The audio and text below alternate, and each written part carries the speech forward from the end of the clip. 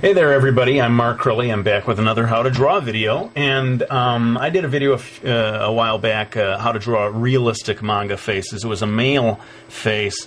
This time I want to do a female face, and let's just jump into it. I'm going to start by doing a circle, which is always a nice way to start with these things. I think part of the reason that people start with a circle is everyone can kind of agree what shape a circle is, and you could even, you know, trace a cup or something if you want to get started with a perfect circle. I mean, it really doesn't have to be perfect. The main thing is just to get the basic guideline down there. And note that I'm using a Dixon Ticonderoga pencil, erasable pencil. It doesn't have to be this pencil, but make sure you're using an erasable pencil for these guidelines. So this is going to be the beginning of the head here. And the trick is, in my method, to begin by roping off kind of 1/3 here of this circle. Okay, now you don't even have to draw that line unless it helps you, but the main thing is this lower third. That is where, believe it or not, the eyebrows are going to go. Forgive me if this stuff isn't showing up too well with guidelines. I always want to go light, but for the video I think I should probably go a little darker. Anyway, hopefully you can see this. I'm going to do one line straight down the middle here, crossing through the circle, but going quite a bit down from there. And using this 1/3 thing as a measurement, take another third down here and make just a little line. That is going to be the lower lip, eventually. And again, forgive all the boring guideline stuff here, but it's really necessary, for me anyway. I'm going to take this and divide it into thirds, like so, and do one more third, maybe just a little bit more than a third down here. That's going to be the bottom of the chin. And there's no real easy way of describing this, but there's kind of two different angles that create the jaw here. One is more straight up and down, one is just at a little more. And you know, if you can kind of gracefully, especially with female faces, you want to sort of gracefully have that line change direction as it comes down to the chin. Some artists give quite a pointy chin, but the whole purpose of this video is to do the sort of realistic variety of manga face, and so I'm not going to do a super pointy chin. I'm going to try to keep it just gently curved down there. Okay, now that we have that in place, let's move on to the eyes, and using this circle here as a little bit of a guideline, maybe just move the eye line in just a little in from that circle. It's not going to end precisely at the circle.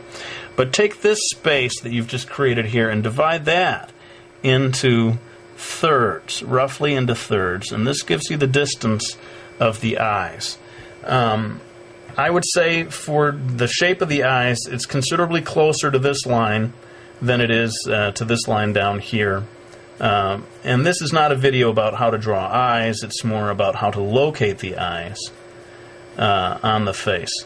So forgive me if I don't go into detail about how to draw the eyes. I'm really just trying to give you the idea of where to put them. So this shows where the eyes are eventually going to be. We're going to skip this part here and move down here to where the nose is going to go. And I can't emphasize enough how simple the nose really ought to be. I'm going to put 1, 2 little lines here for the nostrils of the nose and leave it at that. You really don't want to go too far with delineating the nose in manga. It really doesn't make the female character look very appealing. I'm dropping in a mouth here at that line. Remember we said that this was going to be the lower lip, that first line that we put down there. And I'm going to go ahead and sort of kick it into time-lapse while I do the eyes. Again, this is not a video about how to draw eyes, but more how to locate them. So bear with me while I do this next part in time-lapse.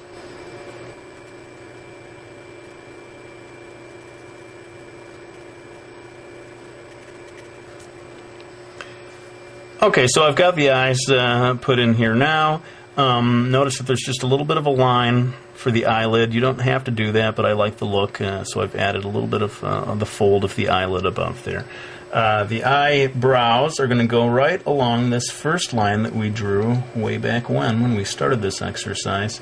They can extend maybe just a little bit beyond the eyes themselves, but not by very much.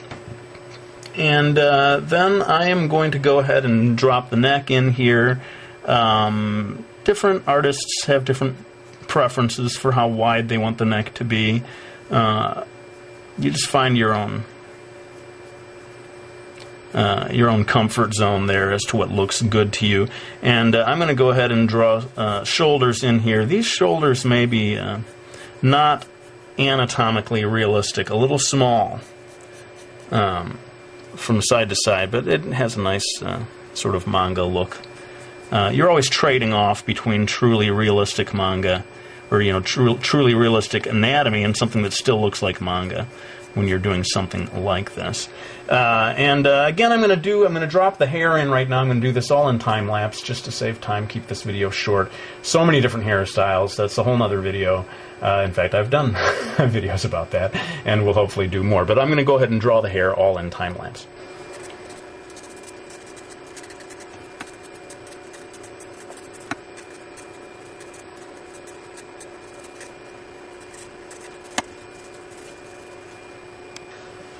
Alright, so I've got all the basic lines in place now, and all of this has been done using this erasable pencil. Now it's time for me to switch pencils, switch to my trusty black Prismacolor pencil, which is really more of a permanent pencil, and almost like inking in a way as I go in over these lines. Now that I know where everything is supposed to be, I can, with great confidence, not great confidence, but some confidence anyway, go ahead and start doing these final lines with this more final drawing tool.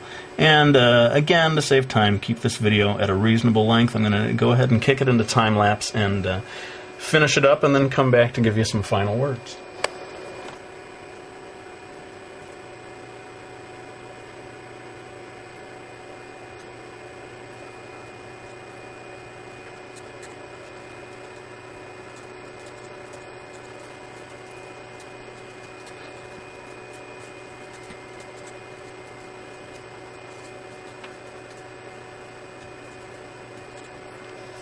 Okay, so I've kind of done my inking, I guess you could call it, with the pencil here, and one of the nice things about having used an erasable pencil at the beginning for all those rough guidelines is I can now go ahead and take the eraser and get rid of those guidelines without affecting, a lot of people are always asking me, how do you erase without smudging and ruining everything? Well, the trick is to have some sort of a permanent drawing tool. Like I use the black Prismacolor pencil. You could use ink, whatever it is, but you do your initial lines in pencil, and then you do your final lines in something more permanent. Then you can do just what I'm doing right now and erase everything and not worry about it smearing and messing up your drawing. I'm going to go ahead and sort of dash in just really lightly some shading for the hair.